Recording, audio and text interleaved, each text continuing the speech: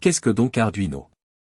Vous en avez sûrement entendu parler plusieurs fois, et si vous êtes confus, c'est tout à fait normal, car le mot Arduino peut désigner plusieurs choses. Continuez à regarder, je vais tout vous expliquer. Comme nous l'avions déjà vu dans notre vidéo précédente, les microcontrôleurs sont des circuits intégrés qui fonctionnent comme de petits ordinateurs. Ils peuvent exécuter de petits programmes simples, sont assez économes pour être alimentés par une batterie pendant des jours, mais suffisamment rapides pour traiter des données plus vite qu'un humain ne peut penser. Arduino est d'abord une entreprise italienne qui conçoit et vend des cartes de développement pour simplifier l'utilisation des microcontrôleurs. Ces cartes sont aussi appelées Arduino, et il en existe de nombreux types différents. Par exemple, il y a les cartes simples dont la plus populaire est sans doute l'Arduino Uno. Elle utilise l'ATmega 328 comme microcontrôleur de base. Elle est peu coûteuse et suffisante pour la plupart des projets. Vous pouvez utiliser Uno pour contrôler des moteurs, des lampes, arroser vos plantes, ou même construire des simples robots. Il existe aussi des cartes plus sophistiquées avec des microcontrôleurs puissants, dotés de Wi-Fi, d'Ethernet, et bien plus. Arduino partage en open source les designs de ces matériels, ce qui signifie que de nombreuses entreprises tierces fabriquent leurs propres variantes. Bien qu'elles ne puissent pas porter le nom Arduino, elles fonctionnent de manière identique. En plus des cartes, il y a les shields Arduino, qui se branchent sur la carte principale et ajoutent des fonctionnalités. Ce qui rend Arduino idéal pour les débutants, c'est son environnement de développement logiciel.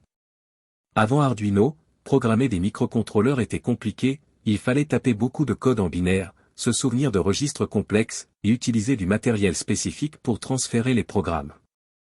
Arduino a simplifié tout cela en proposant un logiciel compatible avec Windows, Mac et Linux, où il suffit de connecter un câble USB et de cliquer sur un bouton pour transférer le programme.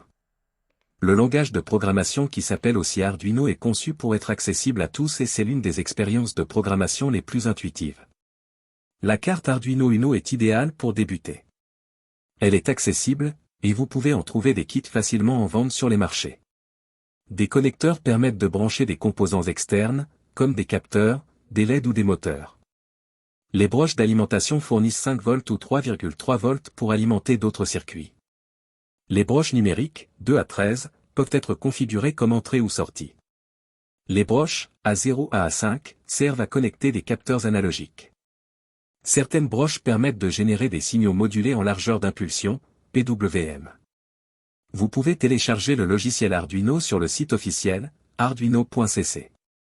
Un bon point de départ est d'explorer les exemples inclus dans le logiciel.